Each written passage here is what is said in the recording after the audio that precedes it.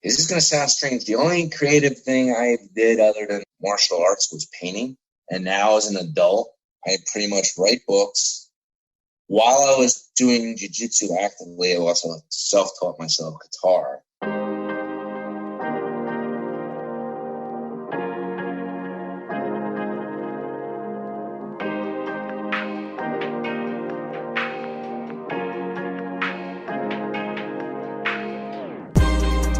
Welcome to Revelations, the place where we communicate truth to power. I am Cole Johnson, and I am so glad you're able to join us. He has written fiction novels. He's about to release, or if he probably hasn't, he already has, released another novel. And he has an MMA love.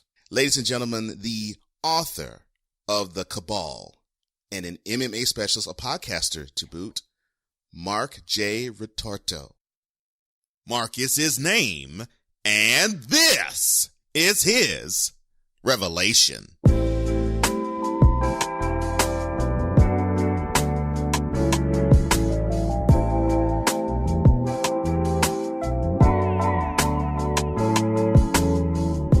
everyone. How Marc, you doing? welcome, man. Doing good, man. Doing good. Yeah. Thanks for having me on the show here. Well, thank you for taking the invite. I really am going to enjoy this because when I looked at what I was seeing with you, I was like, man, he's going to be unique, and I always love unique guests. So what I like to do with first-time guests is I like to always open the way.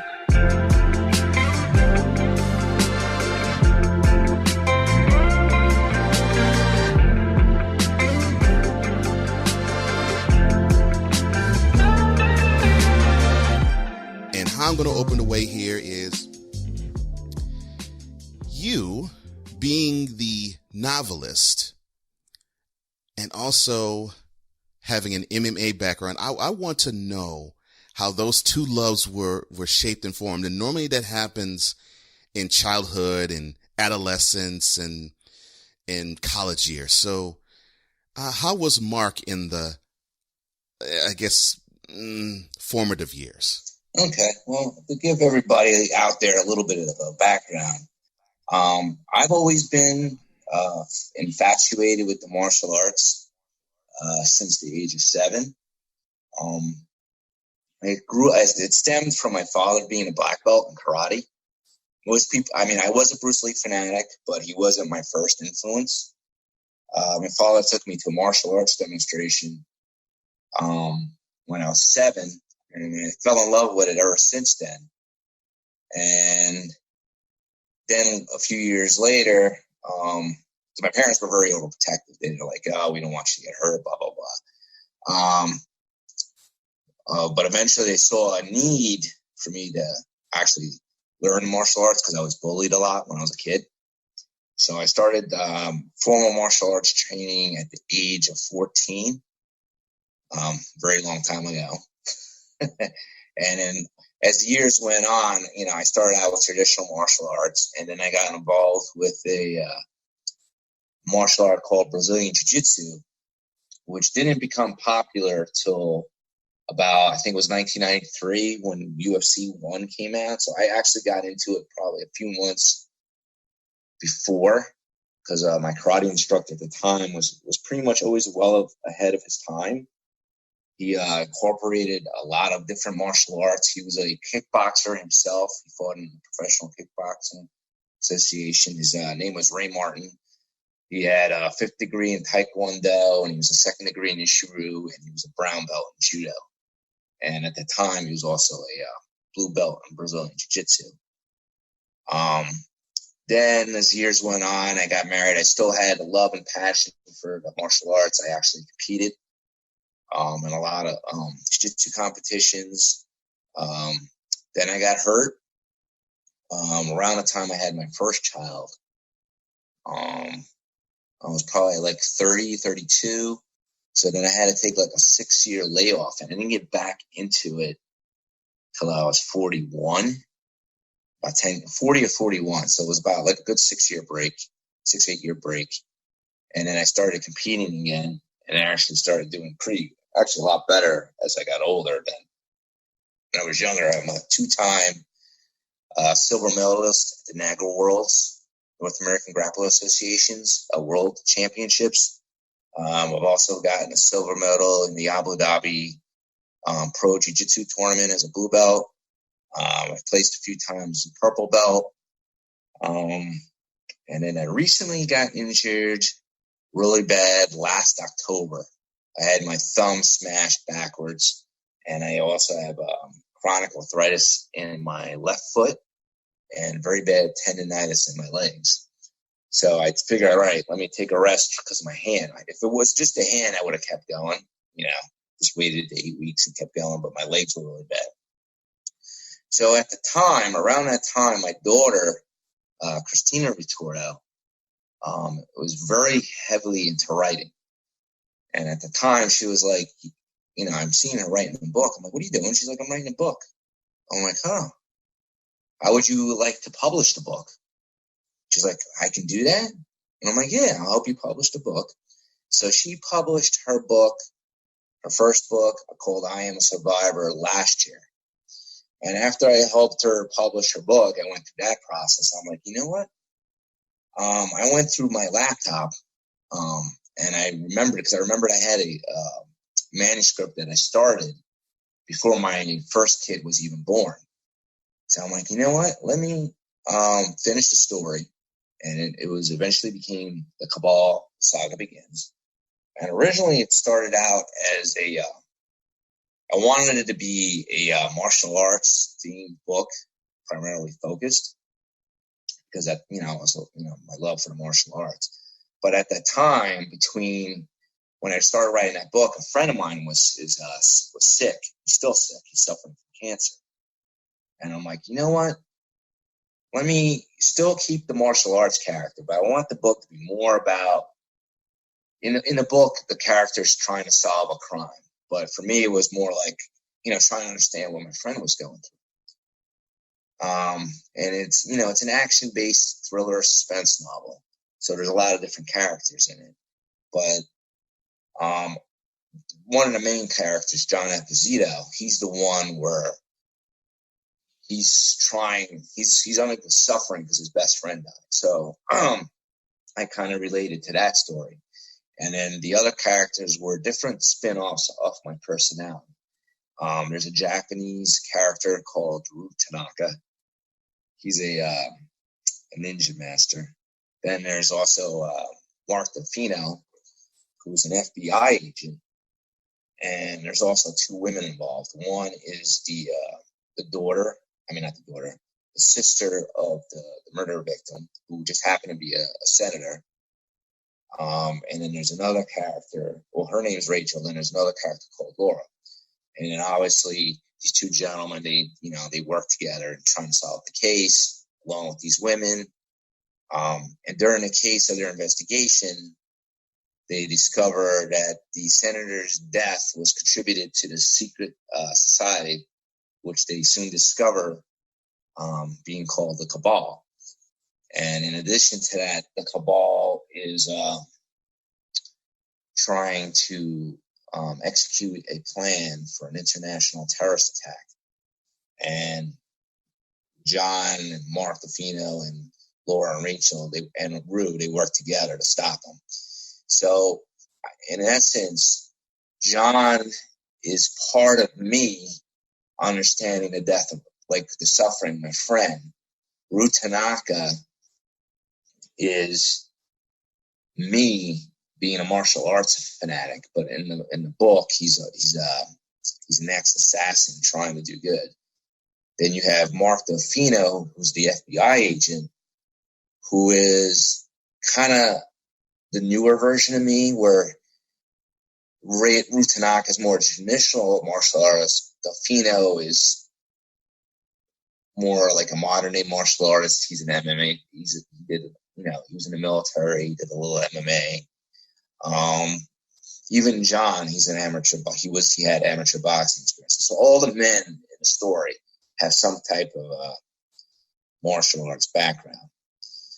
So while I'm writing this book, it was also during a time where I had to take a layoff because of my injuries. So I'm like, all right, I'm writing this book. I finished, I published it. What else can I do to occupy my time during my layoff from doing Brazilian Jiu-Jitsu?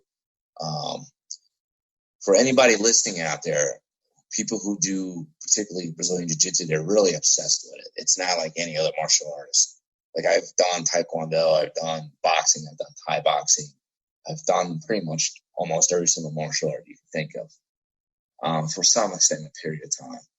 And what I find is that people who do Jiu-Jitsu, they're obsessed with it. I guess it's because of the challenges that it brings. To a certain extent, you're not risking getting your jaw broken like you would with boxing or anything like that. So it's a sport that pretty much anybody can do. It is a tough sport. So at this time, I'm like, what am I going to do to take my mind off Jiu-Jitsu? I'm like, you know what? I'm going to keep writing books. I'm going to help promote my daughter's books. Who's, by the way, she's 11 years old and she's got 3 published books out there. I Am Survivor, Invisible Girl, and her new book, which is called A Little Bit Louder, which is the second book in the series of Invisible Girl. I'm like, you know what? I've had somewhat of an interest in podcasting a few years prior. I'm like, what am I going to do? I don't consider myself, like a funny guy. I'm not a comedian guy. I'm not like Joe Rogan, where I can't, I don't think I can captivate an audience attention that well, like he can. I'm not famous, but what could I do? And I'm like, you know what? Let me try an MMA podcast. Because it's a new and exciting sport. It's growing. It's fast. And I like it. In fact, it's one of the ways I keep in touch with a lot of my high school friends, because we live an hour away from each other, is by watching MMA fights, and particularly UFC fights. We use that as an excuse to hang out with each other because, we're busy, we're married, we work full time, we got kids. So that's when I started my own podcast called Marc the Shark MMA Show.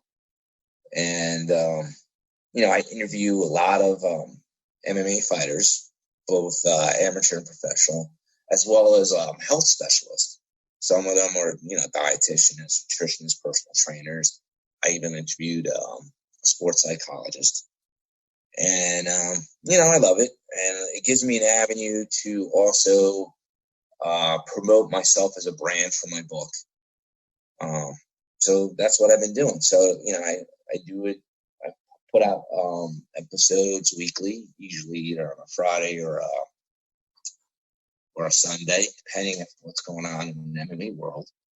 And I just recently finished my second book called Marcus the Vampire, which is obviously totally different genre. The first book was more of like a men's action thriller. This one's more vampire fantasy, because I also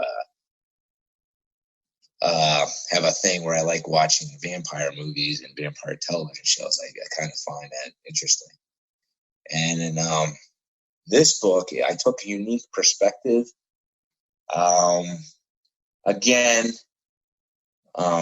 This was, even though the storyline is what it is, the underlying process is what I was going through at the time. Because during this time, I undergone my stem cell therapy for my foot. And in the character in the book, he's going through some hard times, and which I'll get to in a second. So basically what I like to do is when I write a book, I try to relate it to what's going on in my event, in my life, but I fictionalize it.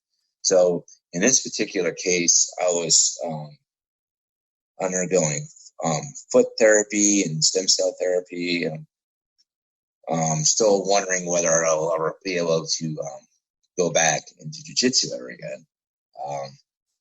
This character in this book is very unique because there's also some historical facts that I also want to portray.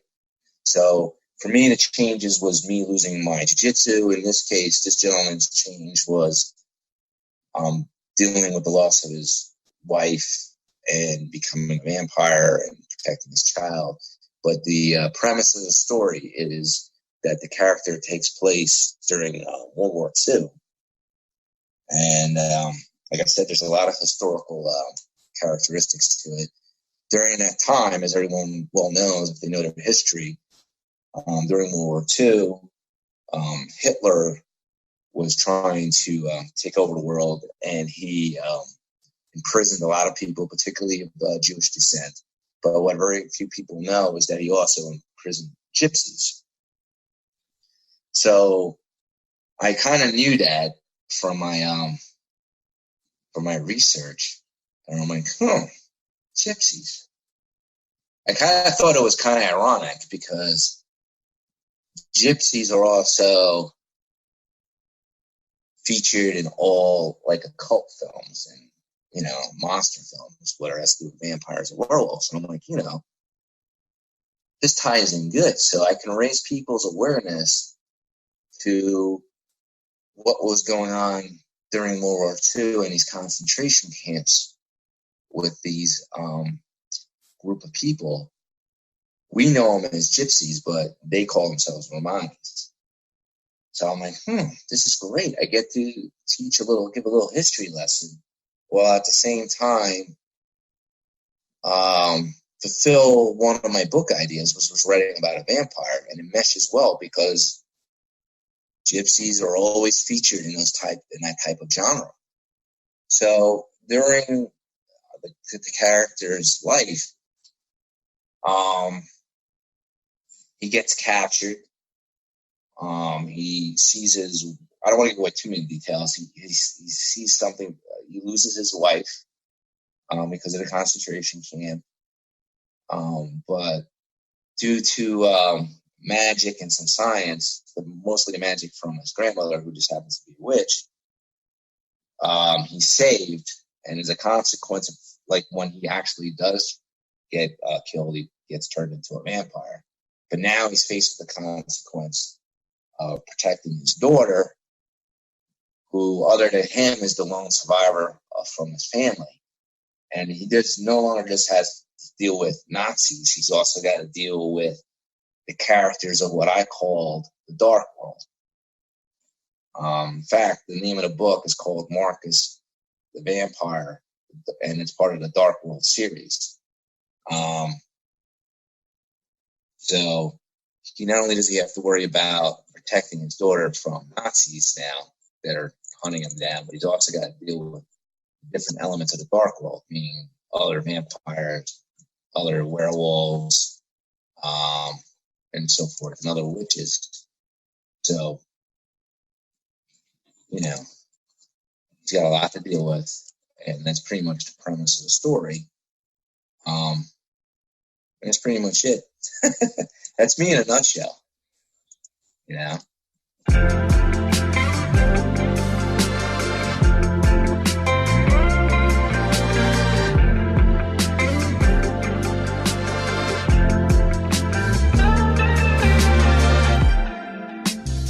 Author of the Cabal, Marc Ritorto, is joining me on Revelations, and he definitely opened a way, no question about that. Yeah. But we're going to segue into the next segment that I call Bridge to Prosperity. Okay.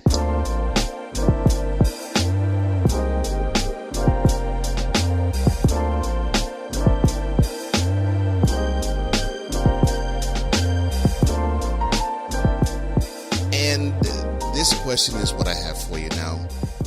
You mentioned that you have a love of MMA, and that has been the case for you almost all of your life. You took up writing basically, sounds like to me, because, well, you had to fill time, and I could totally understand that. But my question to you is, did you actually write anything other than papers at school before you were an adult? Believe it or not, no. This is going to sound strange. The only creative thing I did other than martial arts was painting. And now as an adult, I pretty much write books. while I was doing jiu-jitsu actively, I also self-taught myself guitar. And then another thing I picked up while I was injured, other to occupy my time with the podcast and writing novels and helping my daughter promote her book, was I learned piano. But that one I actually had to take lessons for because it's a little bit more complicated than the guitar. I'm trying to teach, because you got to learn to actually read the music, whereas guitar, you can use tablature. So to answer your question, as a child, I only wrote one other story that I can recall. But obviously I was probably like 10 or 11 years old. So the thought of actually publishing a book at the time never crossed my mind. And it was a martial arts story. I actually still remember the plot. It's the typical basis of most martial art movies that took place in the 80s. It was about the ninja. He was the last one, the last one, and someone kills his master, and he seeks revenge on him. It was a very short story that I wrote for school. And I don't know where the book is now. I actually turned it into like a little book. I made a book cover and everything for it. Obviously out of construction paper. But no, I would say honestly, my creative process didn't come in till I was more in my 40s, where I got involved with music and writing.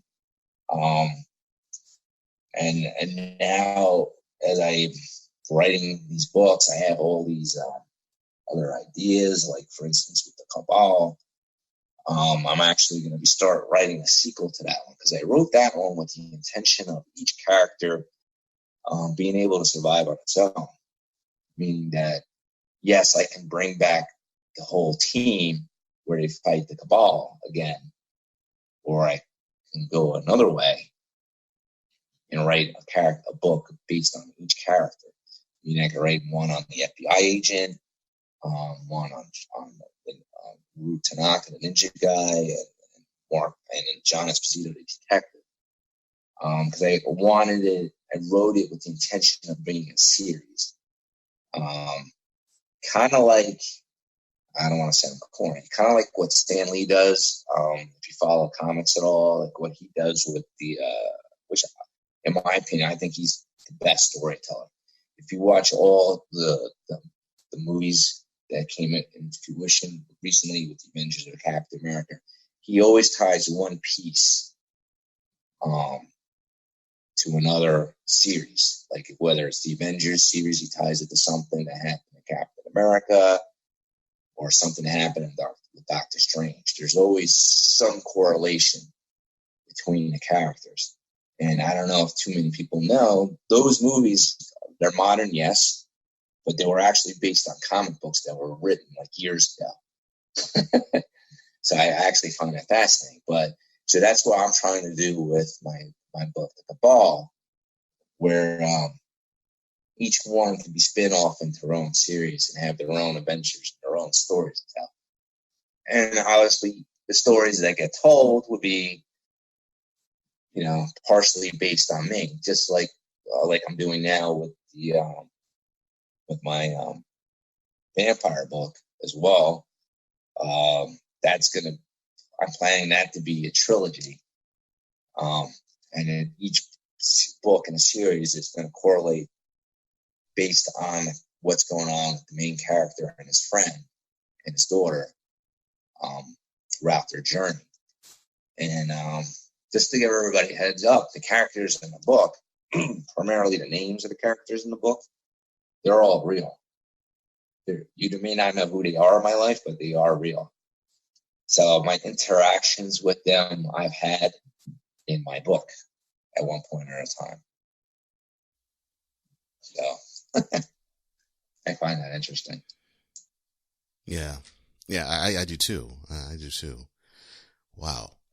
Yeah, because you're talking like a writer, but it's interesting that this is now a new art form for you. Yeah.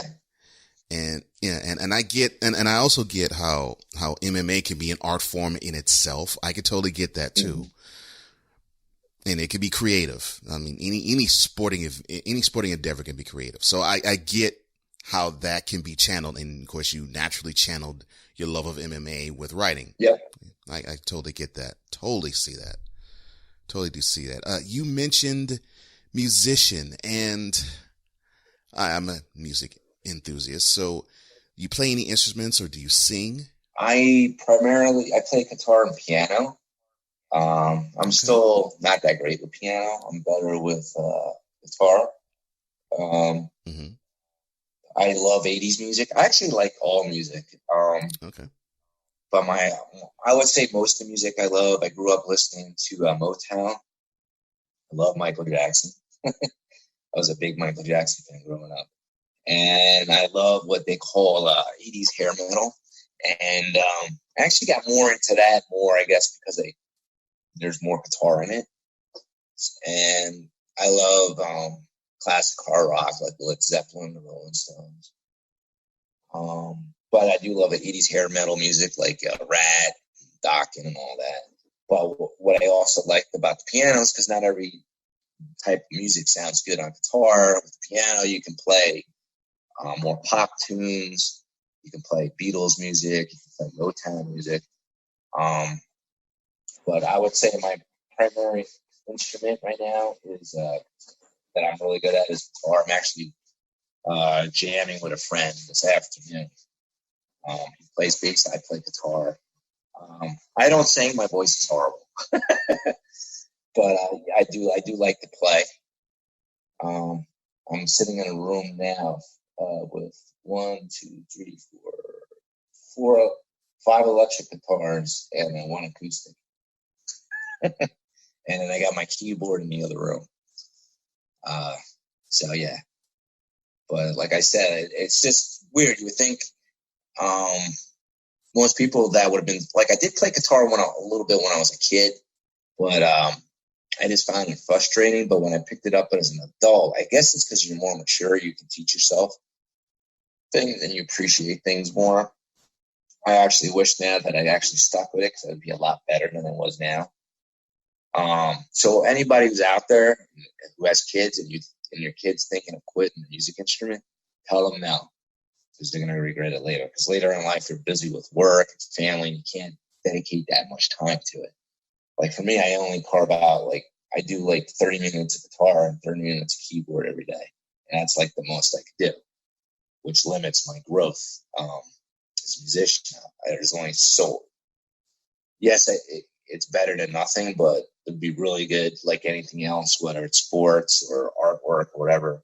You got to put more, like, a few hours in a day. But there's only so many hours I can do. I work full time, and I got 4 kids, and busy with the podcast and so forth. So my time is limited. But yeah, like, what type of music are you into? Well, I'm broad myself. I mean, I can listen to anything from classical to R&B to gospel to jazz to and I have a heavy metal love too. So I mean anything from Metallica to Guns N' Roses to, and you mentioned Rat. Yeah. Listen to them too. I mean, even some Iron Maiden, even some Anthrax. I mean, my taste is broad when it comes to music, and my wife gets on me for that. But yeah, a lot of people do, right? Because I remember when I was a kid, I don't know if you did this when you were like back in the day, when the kids of this generation don't even know what a cassette is. I used to make mixtapes. So I would put all these different songs. I would tape them off the radio. Used to listen to like the top 40 countdown from WPOJ or the top 30 countdown on Z100, which is local radio stations. So I would record them and I would mix it up. And my friends were like, how do you get like Michael Jackson on one side, you got metal on the other, then you got, whatever on the other. It didn't mix. It wasn't like, where most people, when they do a mix, it probably all of the same type of music. Mine was like all over the place, So, but I mean, you got to do it, do what you like, Yeah. Yeah, and I'm also a big hip hop fan too. So I mean, yeah, music for me, yeah, I have very little limitations. I even if I can find a time, I even listen to country. If it's, if it's good, if any type of music is good, I don't mind listening to it. It doesn't matter. Yeah. And when, what's interesting about music, and I feel the same way with martial arts, is it brings people together, no matter what their ethnic backgrounds or social standings are. Everybody likes it. You know what I mean? So it's like a universal language. So that's what, that's what's great about it. I actually just went to a concert Friday. I saw Hart and Joan Jett with my wife at the Prudential Center in Newark. Yeah, and then a few weeks before that, I only like one or two of their songs, but I took my daughters to see the Jonas Brothers. They like that. And then in November, we're going to see Ariana Grande. My daughter, my second oldest, is a big Ariana Grande fan. She's like so excited. So, yeah. So, I try to teach my kids to love music. Unfortunately, most of them gave up their instruments as much as I tried to push them. I am still pushing one of them with guitar lessons, like once or twice a week to practice. The one, Christina, who's also the author. And my second oldest, Julie, is still working on her book. And my youngest, 9, is working on a book. So, I think it's kind of good. And it's funny. It's not like I did something to inspire all this. It's actually my daughter, Christina. She lit the spark, I guess, in the whole family to start writing books. They all love to read, which is, I read a little bit too, but not as much as them. I mean, they tear through books. I guess that's, again, attributed to the time. They got more time to be children.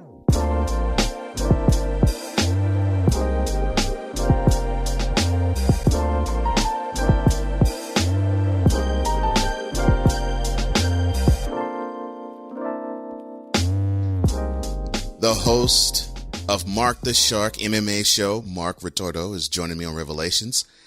And he has walked across that bridge.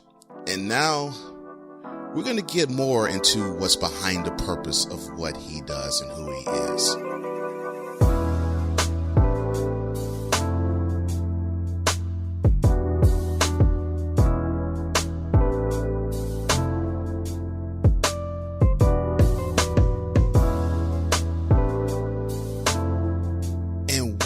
Surprised me in this interview thus far is you have this, you're this guy who participates in, quite frankly, a rough discipline, and you now write.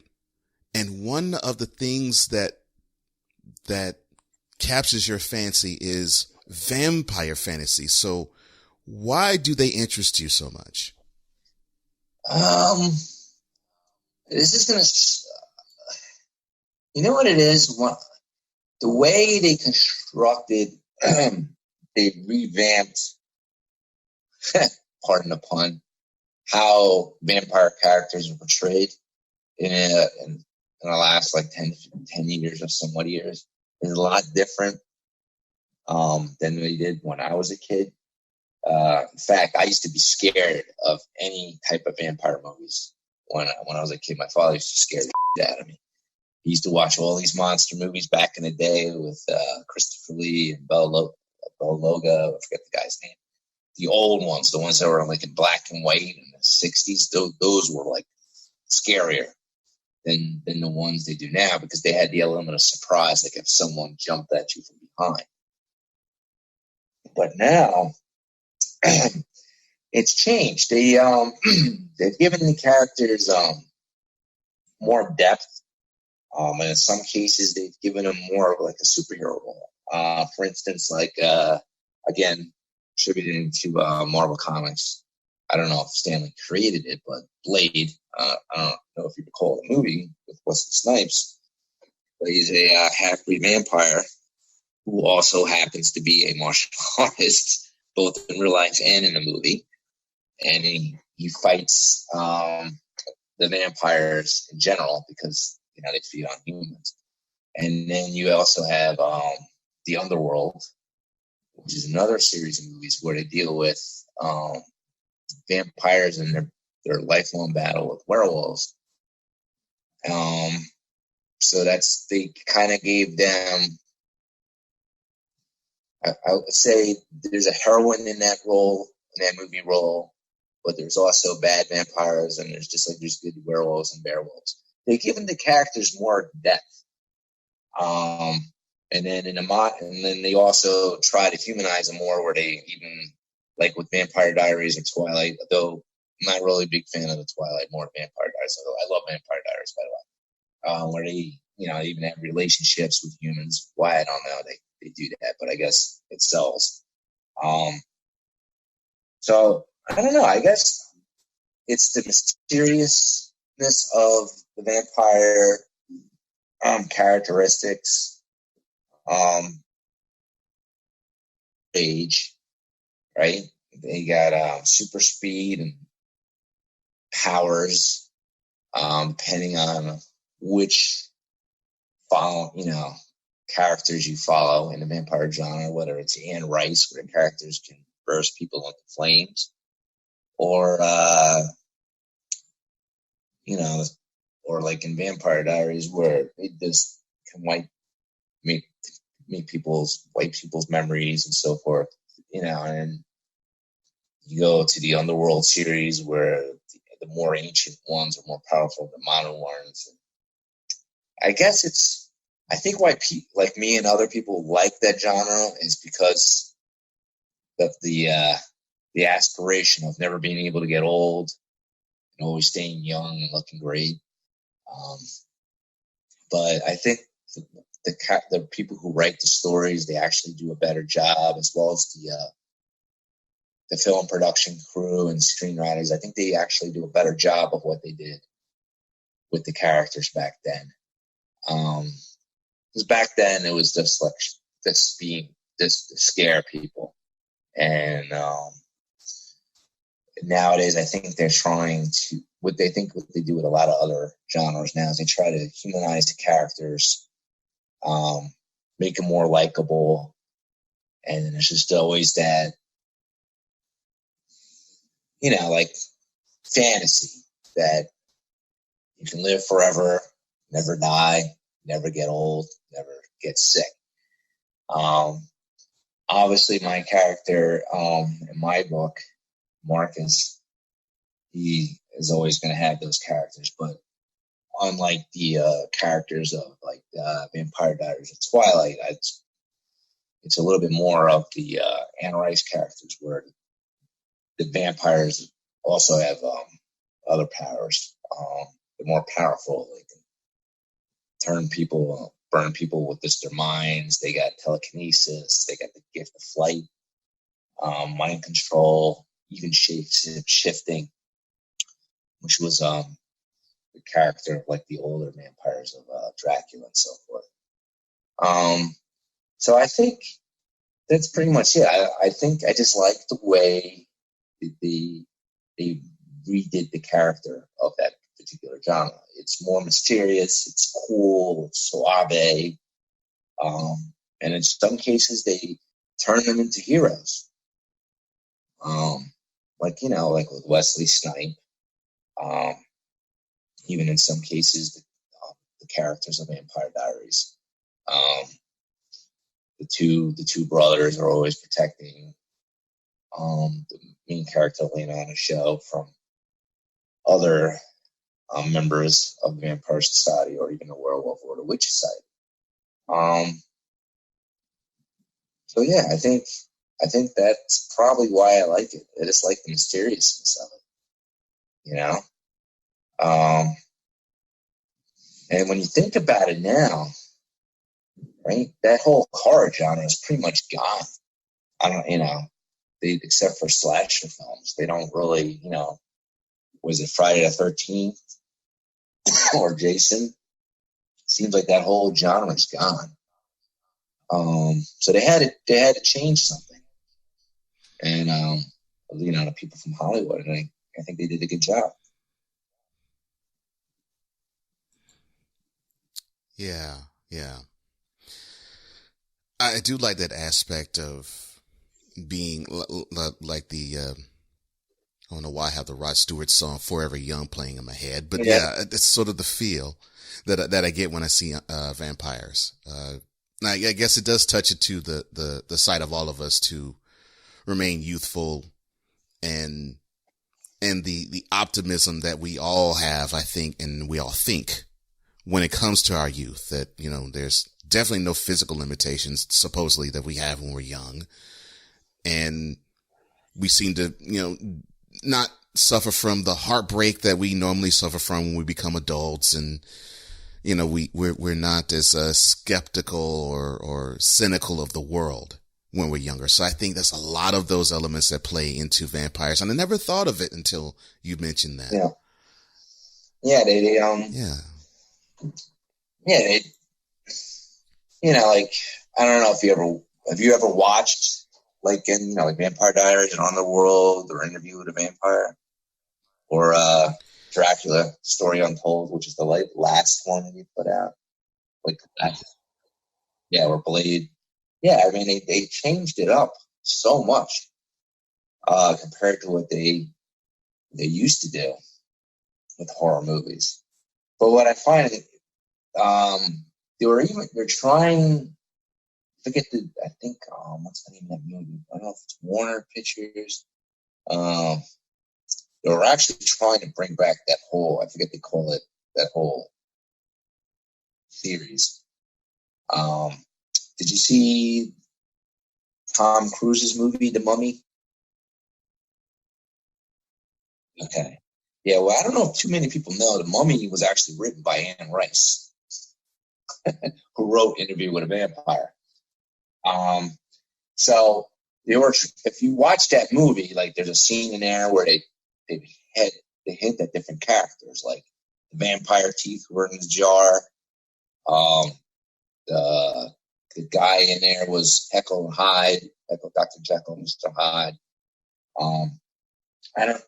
Because I remember reading about that movie on Wikipedia, and I forget what they call it, but the movie studio was trying to bring back that whole series of all those type of horror movies. They just haven't done yet. I don't even know if they are. They were going to bring back the Man from the Blue Lagoon or whatever it was called, Dr. Jekyll, Mr. Hyde, the werewolf, Wolf, you know what I mean, and probably even another Dracula movie. It's just so different. Back in the old, like when I was a kid, you just had like straight up horror movies. You had like vampire movies, you had the werewolves, you even had like Godzilla, King Kong. They used to have like I think it was like 4:30. I don't know if it was daily or whatever. They used to have like a monster hour on Channel 9 in my town. All those, that whole genre. But yeah, they just totally changed it up, and I think they were smart to capitalize on the fact that people kind of like the idea of never getting old. But when you watch these movies, they say there's always a consequence, right? So the consequence is that they got to kill someone.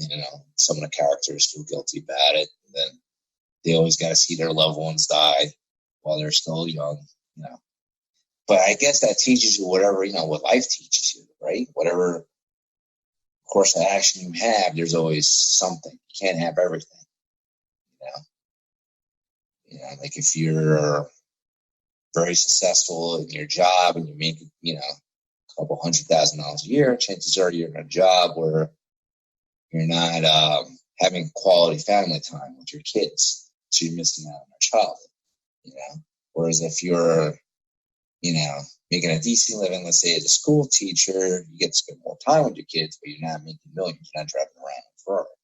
So, like everything else in life, there's consequences on which road and avenue you choose and what path you take. And you can never get what you want, but you got to make do with what comes your way, And I think I kind of learned that from jiu-jitsu, because when you're in the mats, you're always struggling, and that's what they always say. Jiu-jitsu is teaching you to be comfortable while you're uncomfortable. It sounds a little strange, but the philosophy is true. So if you can deal with being uncomfortable, if you can be comfortable while you're uncomfortable, then you can deal with life.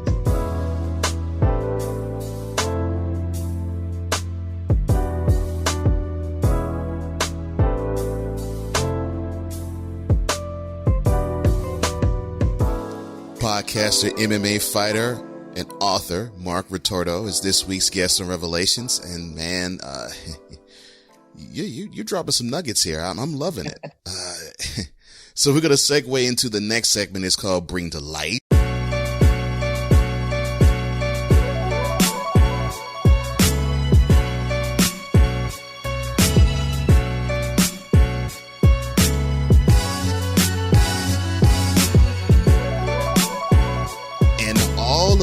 Experiences that you've had being involved in MMA, being a writer of now more than one genre, all of this seems to have been sparked a lot, at least as to how we have come to know you, through this wonderful linchpin of one of your daughters. So, yeah, how important is I guess you could say the influence of your daughter Christina in terms of her writing interest on all of your family?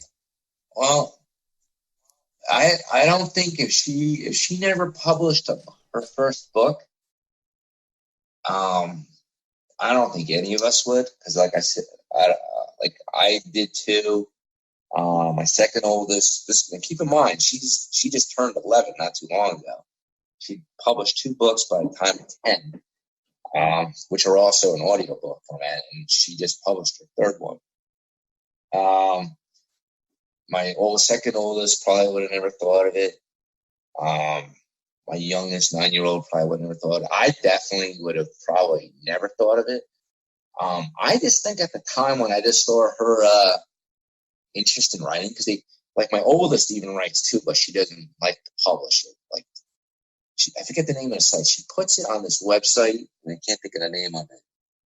It's like Facebook, but for writers. And I'm like, you don't show me your writings, but you're willing to post it on this website. I forget the name of it. I think it's Wattpad. I don't know. It starts with a W. I can't think of it. Whatever. I think when I just saw her interest in writing, I wanted to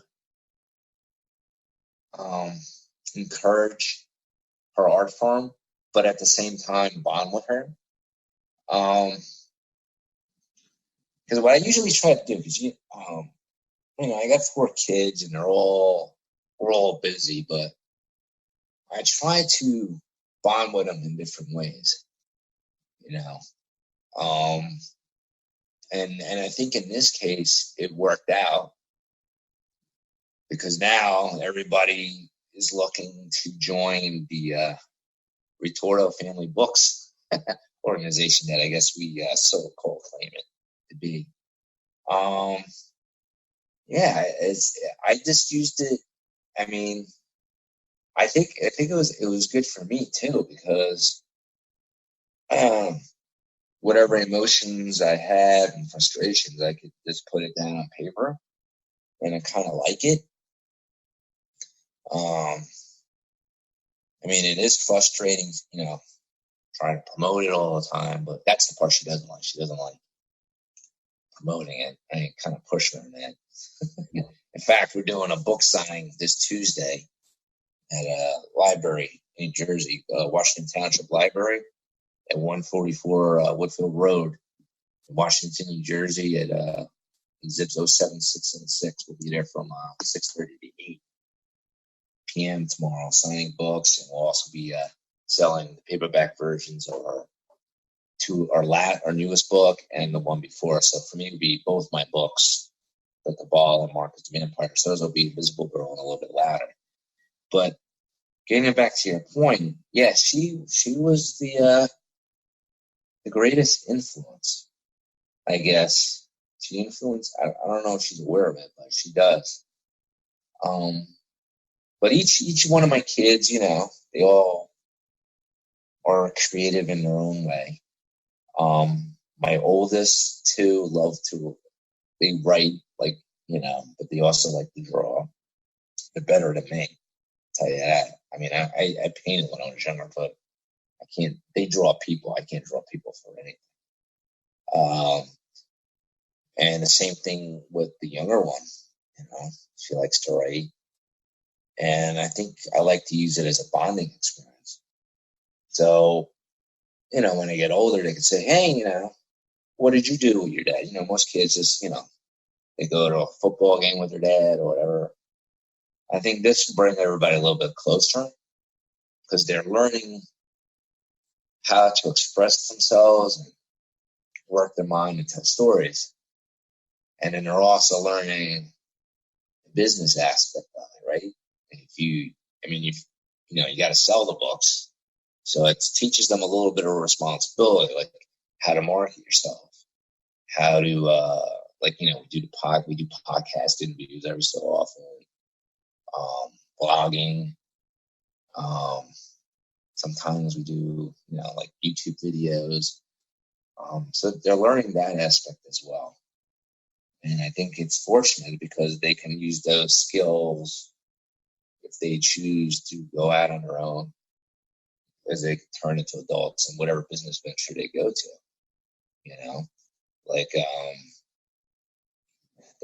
Three of my daughters are looking to get into the health field. Right now they're thinking psychology. So I think that's good. Especially if they can work for themselves. But yeah, and again, it's all because of that. If I didn't see her writing on that computer that one day, I don't think I've ever, I should say, finished writing my first book. So yeah,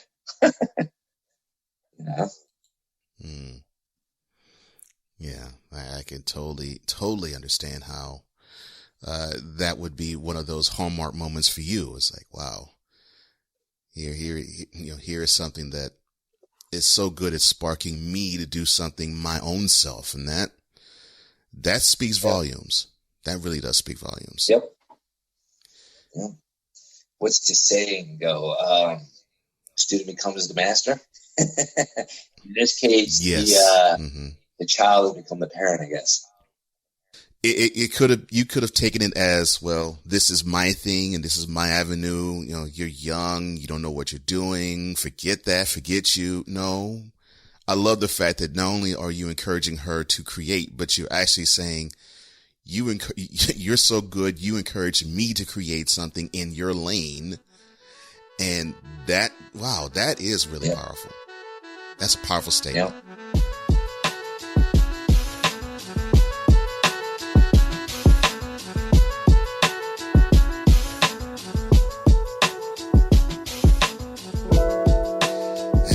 Really all the time I have, and I really enjoyed this. But before we do let you go, sir, I have to have my last segment, which is Plug Tuning.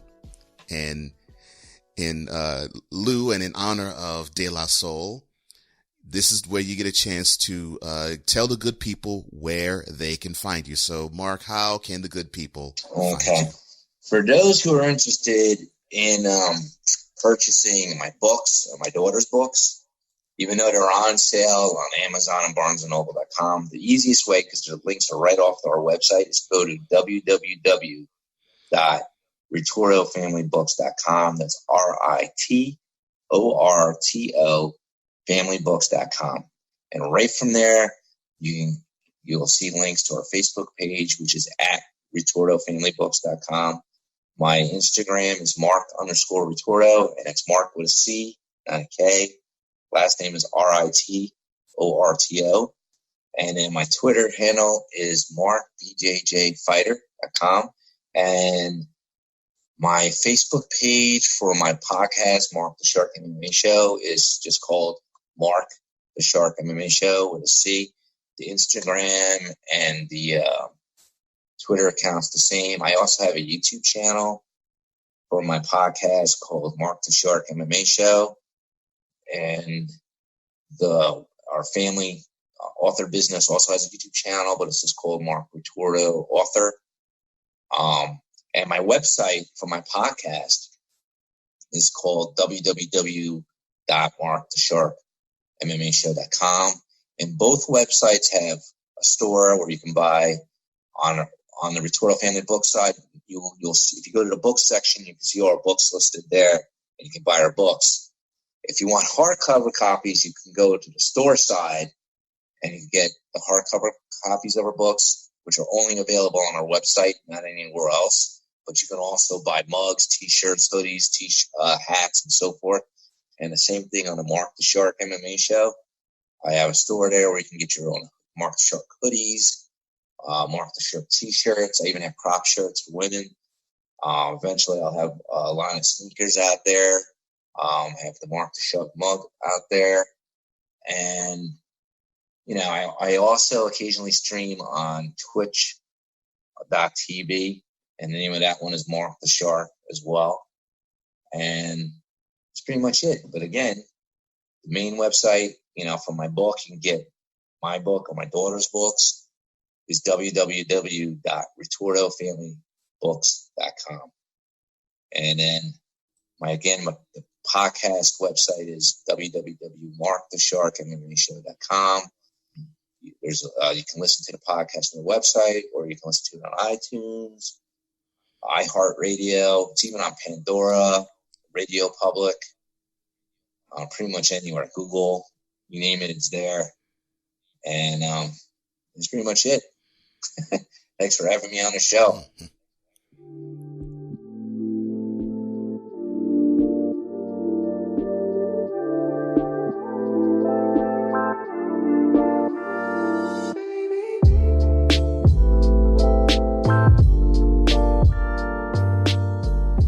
This story is you can have a path and you can choose a lane, and you realize that the path that you choose doesn't necessarily mean that's the path you're meant to go down.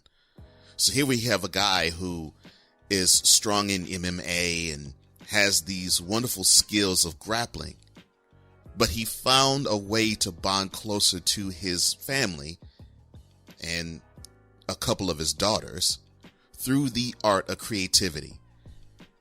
And it just shows that we are multi-layered as human beings, that we don't have to drive down one lane to have that type of focus in our lives, that we can be multifaceted. The word says, "O Lord, how manifold are your works. In wisdom have you made them all. The earth is full of your creatures." The point of it all is we're meant to live life full. And how you get there is tapping into the passions of your life. And that's what this gentleman keeps doing every single day he lives. Many thanks to Marc for his wonderful story, and you can catch all of what he's about in the show notes. For changing the world one conversation at a time, I'm Cole Johnson, and this has been Revelations.